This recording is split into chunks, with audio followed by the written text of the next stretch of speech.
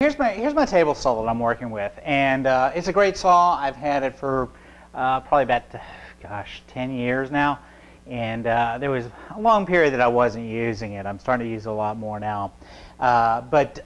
So my original problems or limitations with this saw is it's rolling around. It has a very good sturdy foundation, and I can roll it around, but essentially the front two wheels are fixed and the back two wheels are on swivels, and it just engages like that. That actually is a very good design. I like that, but it makes it a little difficult to move around. It's like sort of driving a forklift. The other thing in here is there's a lot of wasted space, and I guess like most people's garages, you want to maximize everything that you can. So all my tools and jigs and rigs that go with the table saw, I have to find a place to put them, and 9 times out of 10 they actually end up on top of the table saw. All right, so twist it around. Okay, so looking at it in profile, here's the other thing that's the problem with this one. Most the higher end table saws, the motor is on the inside of the cabinet. This one hangs out. So when designing my table saw, you'll see that it has this extends below the actual base. The base of the table saw is right here. So this hangs low, and plus, as you're dialing it in, you can see it will sweep. So not only do I have to account for the bottom of it extending beyond, I need to account for it. Let's see. See, there's another problem with this thing. It's twisting it around. There we go. So you can see it's going to extend off to the side. So that's going to add a little design challenge to the table saw. I can't just put it on a flat base.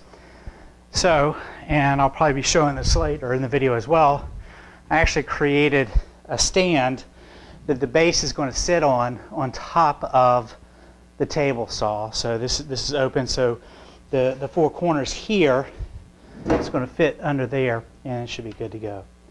All right.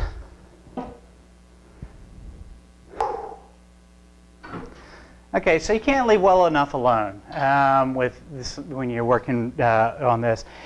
As a fan of Alton Brown, I hate a monotasker, and table saw, it kind of is a monotasker. There's a lot of things you can do with it, but it does one thing. It does one thing well. I do have all this room on the end of the table saw that essentially rarely gets used unless I'm cutting a big piece of wood. So what I've decided to do in a future upgrade, I'm not going to incorporate it now, but I'm making room for it, is this gap right here. I'm going to fill this in. The actual cabinet will come to the end of this. It lines up with the full length of the table saw. And I'm going to put a platform on here, and I'm going to make a router table out of it. So coming in from the side, I'll be able to undermount a router and be able to work with that. So overall, this should give me flexibility. The table should give me flexibility to move around. It give me a heck of a lot more storage. I can store my tools. I'll be able to store my make some drawers in there, all my jigs and rigs for it, and I'm going to expand it so that I can have a router on this end. All right, so this is the basic carcass for my table saw. In it, I've decided to go, there's several things that I needed to be able to do with it. First thing is be able to roll around. So what I've done is added some of these nice rollers. Let's see, pull that in just a little more. So you can see, I picked these up at Woodcraft. The nice thing about these rollers are, first of all, they're not metal. They have a plastic, but they're industrial grade, and they lock into place. That not only locks the rolling part of it, but also locks the swivel. So we've got that on there. The entire thing was constructed out of 3/4 inch plywood. When I first started, I mistakenly designed it for 1/2 inch, thinking 1/2 inch was going to be strong enough. What I found was that it just wasn't strong enough for what I'm looking for. The main thing is I'm using pocket hole joinery on this. So I've used a Craig pocket hole joiner, and I think 1/2 inch is the bare minimum of that, and I'm starting to get a little tear out on that. So the actual base platform is 1/2 inch, but to support it, what I've done is just like you do an engineered I-beam, have some supports on there.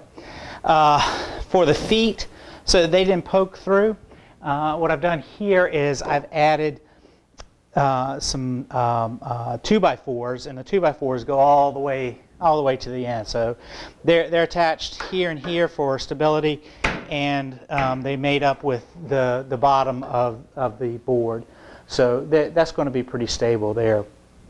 So flip it around. All right. So as you can see, I'll roll it around just a bit. All I got to do to engage the wheels is just a simple foot engager, like that. Come around to the back side, flip around just a bit. Boom, it's good. Those are locked in place. And now this is holding a significant amount of weight. Now the table saw itself is going to ride right here, and I'll show you some of the things about my table saw that's unique that makes it the design of this workable. All right. All right, so here I'm showing just a little closer up detail of the wheel itself. So I decided to go with 4 wheels on 4 equal wheels across the platform. The bottom should be strong enough to support it try this again. Whatever scene this is. And I'll stop.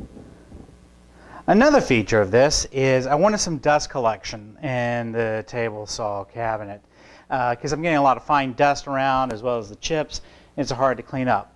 So what I'm going to be doing is the table saw is going to be resting right here, and I'm sure you can see from the perspective, but I've got a ramp that comes down there, and that's just a little bit of 1/4 inch MDF sitting on an angle that goes all the way back up to right about in here. My goal is I've got a fitting designed specifically for dust collection. I'm going to put a door or panel, removable panel, across the front here, and I'm putting in the dust collection port. So from here, I'll have the a vacuum cleaner or shop vac connected up.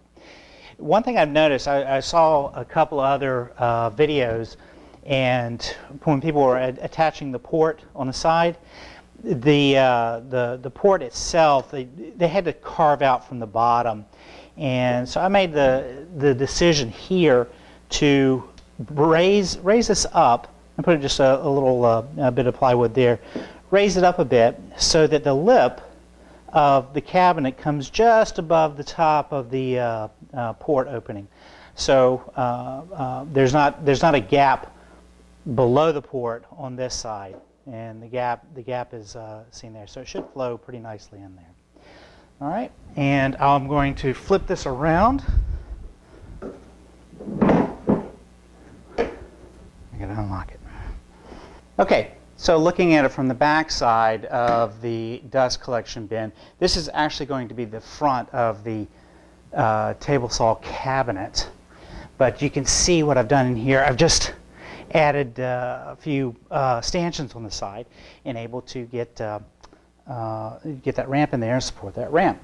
And I'm thinking to come back in, just because I'm really anal retentive, putting a little silicone gasket to try and make it as airtight as possible.